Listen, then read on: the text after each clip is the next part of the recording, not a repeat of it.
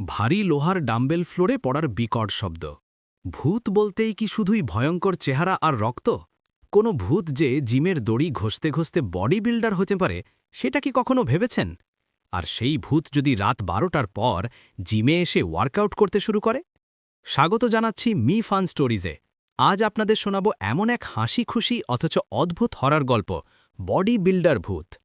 এক আত্মবিশ্বাসী ট্রেনার আর এক পুরনো বডি বিল্ডার ভূতের মধ্যে এমন এক লড়াই বাঁধল, যা শুনে আপনি হাসতে হাসতে জিম করা ভুলে যাবেন।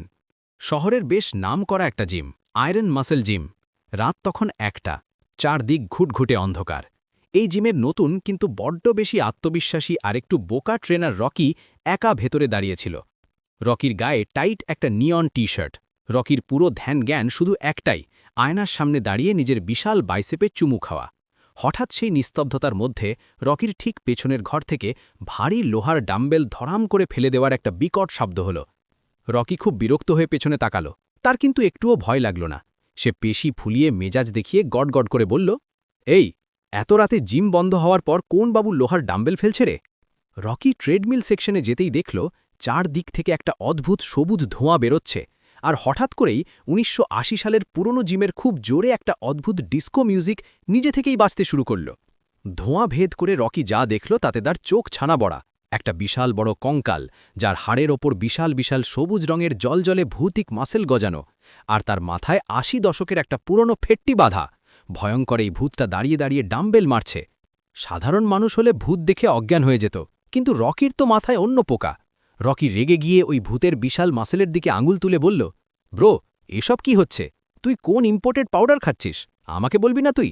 ভূতটা থমকে দাঁড়াল। সে এত বছর ধরে ভয় দেখাচ্ছে, আজ পর্যন্ত কেউ তাকে পাউডারের নাম জিজ্ঞেস করেনি।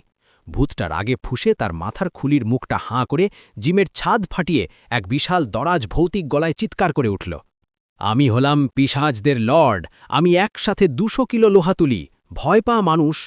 ভূতের ওই হুঙ্কারে পুরো জিম কেঁপে উঠল, কিন্তু রকি শুধু তাচ্ছিল্য করে হাত গুটিয়ে দাঁড়িয়ে থাকল, যেন কিছুই হয়নি। হাঁ, ওই ২০০ কিলো তো বাচ্চাদের ওজন বড়, বলে রকি এক টানে নিজের টাইট টি শার্ট ছিঁড়ে ফেলল। শুরু হয়ে গেল জিমের ভেতর এক মানুষ আর এক পিশাচ ভূতের মধ্যে এক হাড্ডাহাড্ডি মাসেল ফ্লেক্সিং প্রতিযোগিতা। ভূতটা চরম রেগে গেল। সে হাওয়ায় ভেসে গিয়ে বেঞ্চ প্রেস মেশিনে শুয়ে নিজের ভৌতিক জাদুতে ৩০০ কিলো ওজনের ডাম্বেল সেট করল। তারপর রাক্ষসে গলায় গোঙাতে গোঙাতে সেটা ওপরে তুলতে লাগল। রকিও কম যায় না। সে পালানোর কোনো চেষ্টাই করল না। ও পাশের একটা ওয়েট মেশিনে বসে দাঁতে দাঁত চেপে চোখ মুখ লাল করে এমনভাবে ওজন তুলতে শুরু করল যেন ও এক্ষুনি প্রাণ বেরিয়ে যাবে। ভূতটা এবার ওয়েট তোলা ছেড়ে দিয়ে রকির মাথার ওপর বাতাসে ভাসতে লাগল। সে এখন এক ভয়ঙ্কর ভৌতিক ট্রেনারের রূপ নিল। আরও ৫টা মার মানুষ, আরও ৫টা, নইলে তোর রক্ত চুষে খেয়ে নেব, বলে ভূতটা চেঁচাতে লাগল। প্রচণ্ড পেশির যন্ত্রণায় অ্যানিমে কার্টুনের মতো কাঁদতে শুরু করল রকি। পারছি না বস, হাত ব্যথা করছে। ভূতটা কিছু না শুনে তার বরফ গলা ঠান্ডা হাত দিয়ে রকির পিঠে সজোরে এক বিশাল থাপ্পড় মেরে উৎসাহ দিতে লাগল। শেষমেশ রকি তার ওই অসম্ভব ভারী ওজনটা তুলে ফেলল।